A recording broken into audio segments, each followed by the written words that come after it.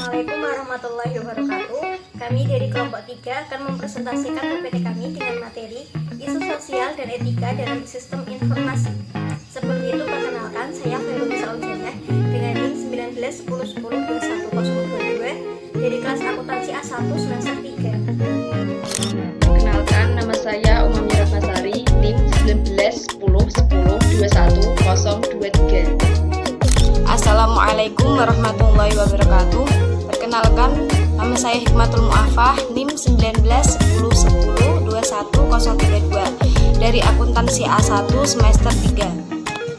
Nama Rohmania Nisa Aulia, NIM 191010210033 kelas akuntansi A1. Perkenalkan, nama saya Duyanti Seriato Rizkia dengan NIM 1910102103. Perkenalkan, nama saya Emilia dengan NIM 1910102147 dari kelas akuntansi A1 semester 3. Saya Dinda Kumala Dewi, NIM 191010216262. Isu sosial dan etika yang berkaitan dengan sistem. Etika mengacu pada prinsip-prinsip benar atau salah mengenai apa yang dilakukan seorang individu sebagai makhluk moral yang bebas yang digunakan untuk membimbing perilakunya. Sistem informasi telah menciptakan peluang dalam melakukan perubahan sosial yang mendalam dan mengancam eksistensi distribusi kekuasaan, uang, hak, dan kewajiban. Layaknya teknologi lainnya seperti listrik uap, listrik telepon, dan lain sebagainya. Masalah etika lainnya terkait dengan sistem informasi ada 3 poin. Yang pertama, membangun konsekuensi yang dapat diukur oleh sistem informasi. Yang kedua, menentukan standar untuk menjaga kualitas sistem yang melindungi keamanan individu atau masyarakat. Yang ketiga, mempertahankan nilai dan institusi yang dianggap penting bagi kualitas hidup di masyarakat. Ada 5 dimensi moral di era informasi. Yang pertama ada hak dan kewajiban terkait kepemilikan. Yang kedua ada hak dan kewajiban informasi. Yang ketiga ada kualitas sistem. Yang keempat ada akuntabilitas dan pengendalian. Yang kelima ada kualitas hidup. Nah, yang pertama, hak dan kewajiban terkait kepemilikan adalah bagaimana hak kekayaan intelektual model lama dapat dilindungi dalam sebuah masyarakat digital, di mana melacak sangatlah sulit. Untuk yang kedua, hak dan kewajiban informasi. Hak informasi apa saja yang dimiliki oleh individu dan organisasi, apa yang dapat mereka lindungi. Untuk kualitas sistem, standar kualitas data dan sistem seperti apa yang kita butuhkan untuk melindungi hak individu dan keamanan dalam bermasyarakat. Yang keempat, akuntabilitas dan pengendalian. Siapa yang mampu menyelenggarakan dan akan diberi sanksi atas perbuatan yang merugikan terhadap informasi individu maupun kelompok serta hak-hak kepemilikan lainnya. Yang terakhir, kualitas hidup. Nilai-nilai apa yang harus dipertahankan dalam sebuah masyarakat yang syarat akan pengetahuan dan informasi, praktik dan nilai budaya apa yang didukung oleh teknologi baru tersebut. Selanjutnya, tren utama dari teknologi yang mengedepankan isu etika. Isu etika telah mendahului teknologi informasi sejak lama. Namun, teknologi informasi telah meningkatkan perhatian tentang isu etika, mengganggu tatanan sosial yang telah ada, dan membuat beberapa aturan menjadi kuno atau beberapa menjadi lumpuh. Ada 5 tren beserta dampaknya, yaitu yang pertama, kecepatan komputasi berlipat 2 kali setiap 18 bulan.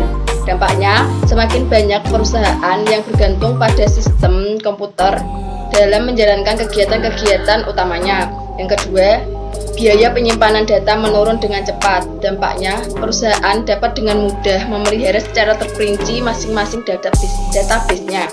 Yang ketiga, kemajuan analisis data. Dampaknya, perusahaan dapat menganalisis data dalam jumlah besar tentang seseorang guna dikembangkan menjadi profil perilaku mereka secara terperinci. Yang keempat, kemajuan teknologi. Dampaknya, menyalin data dari satu lokasi ke lokasi yang jauh lebih mudah. Yang kelima, dampak pertumbuhan perangkat telepon genggam. Dampaknya, ponsel seseorang mungkin sedang disadap tanpa pengetahuan pemiliknya. Selanjutnya, etika dalam masyarakat informasi. Etika merupakan perhatian bagi manusia yang memiliki pilihan. Apa pilihan moral yang paling tepat dan apa fitur utama dari etika? Konsep dasar etika ada 3, yaitu 1. Responsibilitas, 2. Akuntabilitas, 3. Liabilitas. Pilihan etika adalah keputusan-keputusan yang dibuat oleh individu yang bertanggung jawab terhadap konsekuensi atas tindakannya. 1. Responsibility atau pertanggungjawaban merupakan elemen utama dari tindakan etika yang mengandung arti bahwa Anda akan menerima kemungkinan biaya yang akan timbul dari tugas atau kewajiban yang dibuat. Yang kedua, akuntabilitas, fitur dari sistem dan institusi sosial. Hal tersebut berarti ada mekanisme yang sesuai untuk menentukan siapa yang bertanggung jawab mengambil tindakan dan siapa yang bertanggung jawab terhadap keputusan tersebut. Yang ketiga, liabilitas merupakan perluasan konsep dari responsibility yang mengarah lebih jauh ke bidang hukum.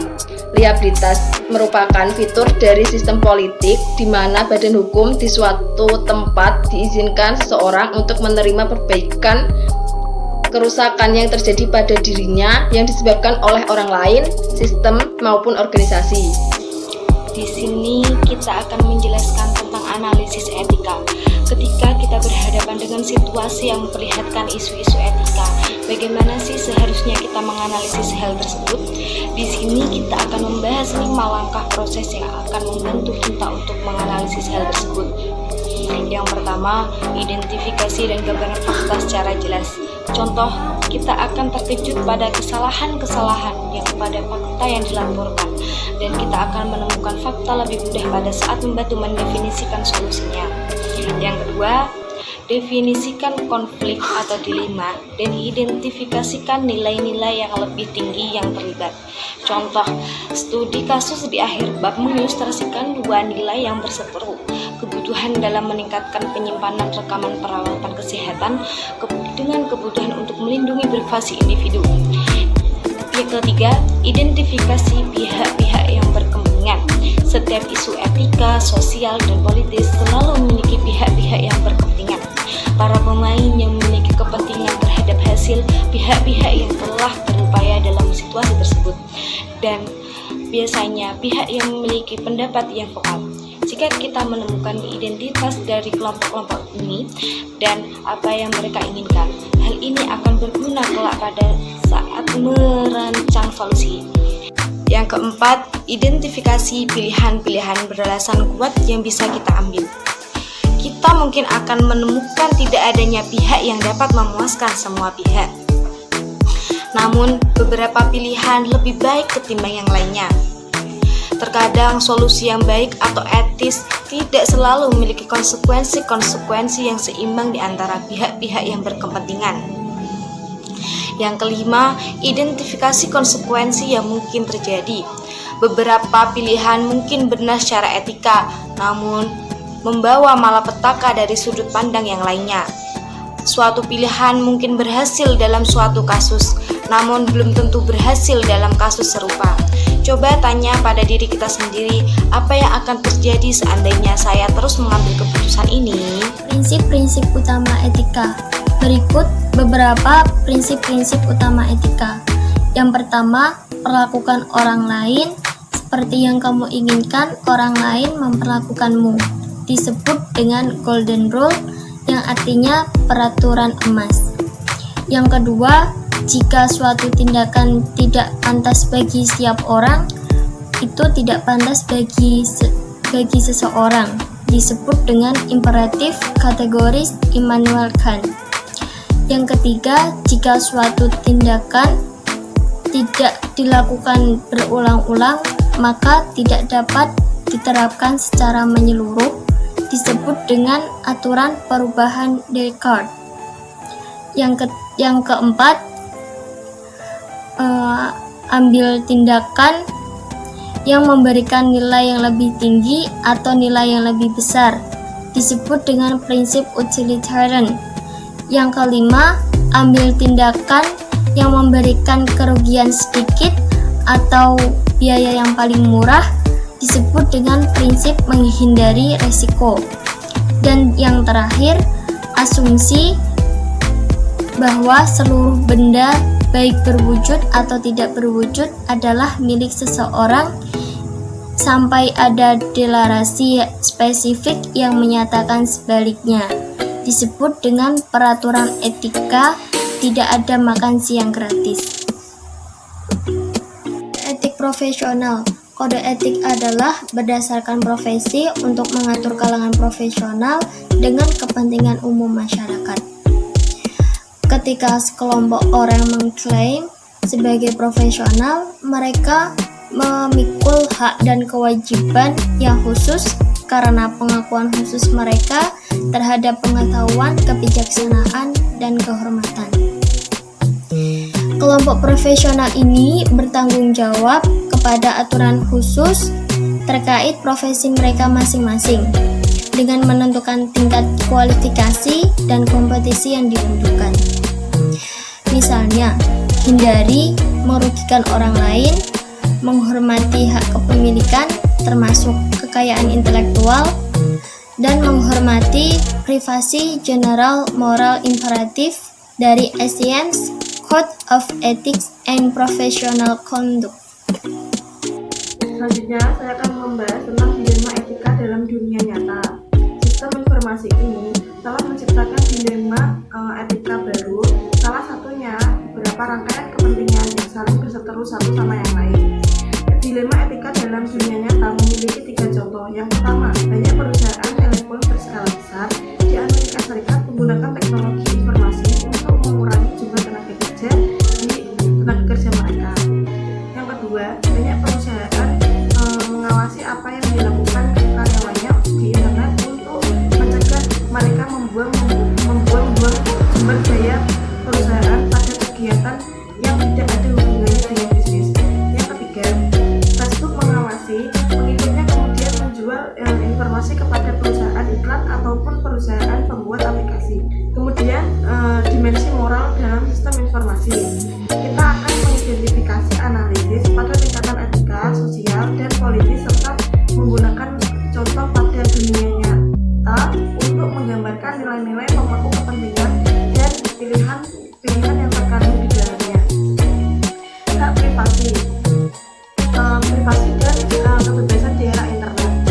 Privasi merupakan hak seseorang untuk tinggal seorang diri, bebas dari pengawasan maupun campur tangan pihak lain ataupun organisasi termasuk negara.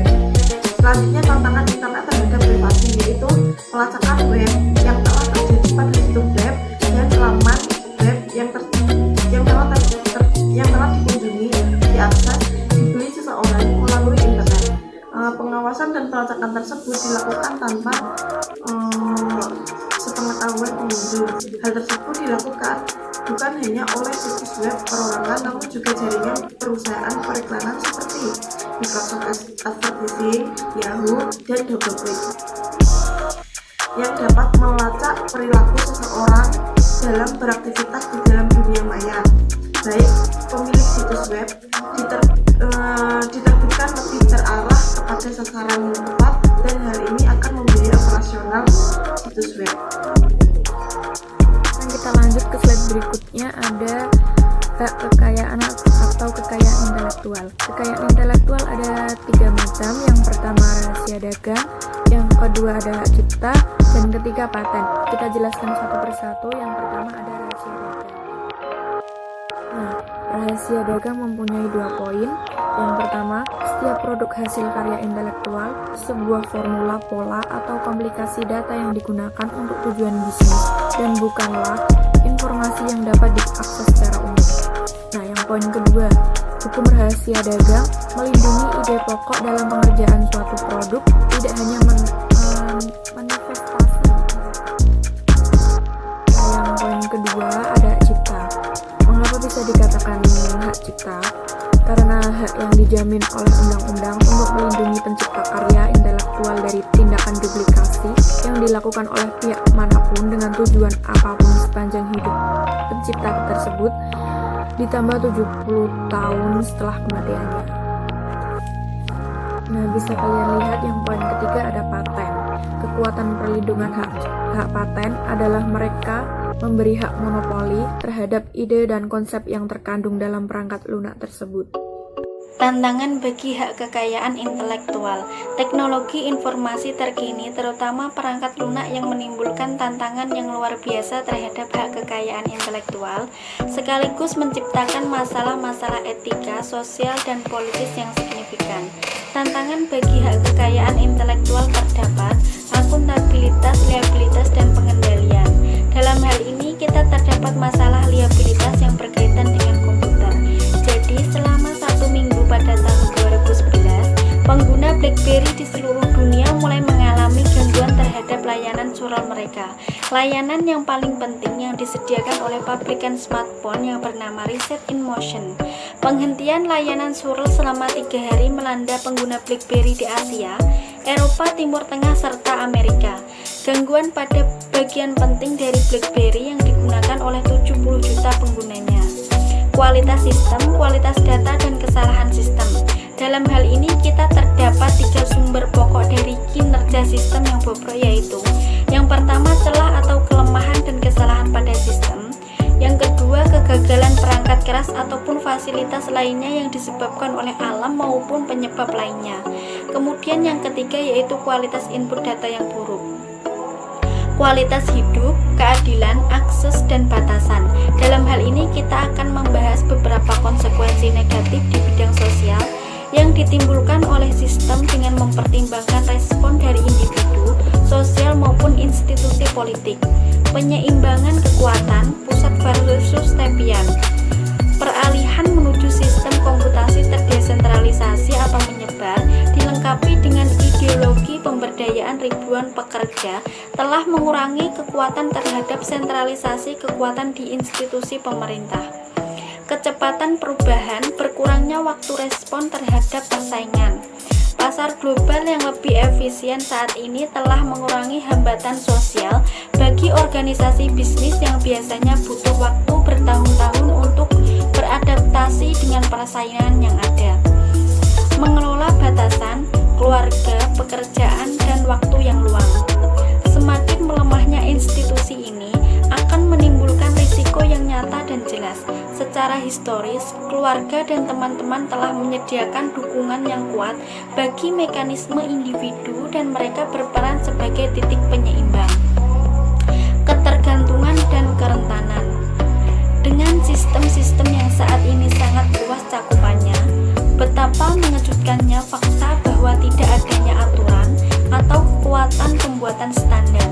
Tidak adanya aturan standar dan kritisnya beberapa aplikasi sistem mungkin akan membutuhkan standar-standar nasional dan pengawasan dari segi regulasi. Kejahatan komputer dan penyalahgunaan komputer. Kejahatan komputer biasanya dilakukan dengan tindakan ilegal yang digunakan lewat penggunaan komputer, dan penyalahgunaan komputer seperti memasarkan situs yang tidak layak seperti pornografi, jasa layanan yang menipu. Ketenaga kerjaan, dampak buruk teknologi, dan penataan ulang pekerjaan yang hilang. Merekayasa ulang pekerjaan adalah hal yang umum yang dianggap oleh komunitas sistem informasi sebagai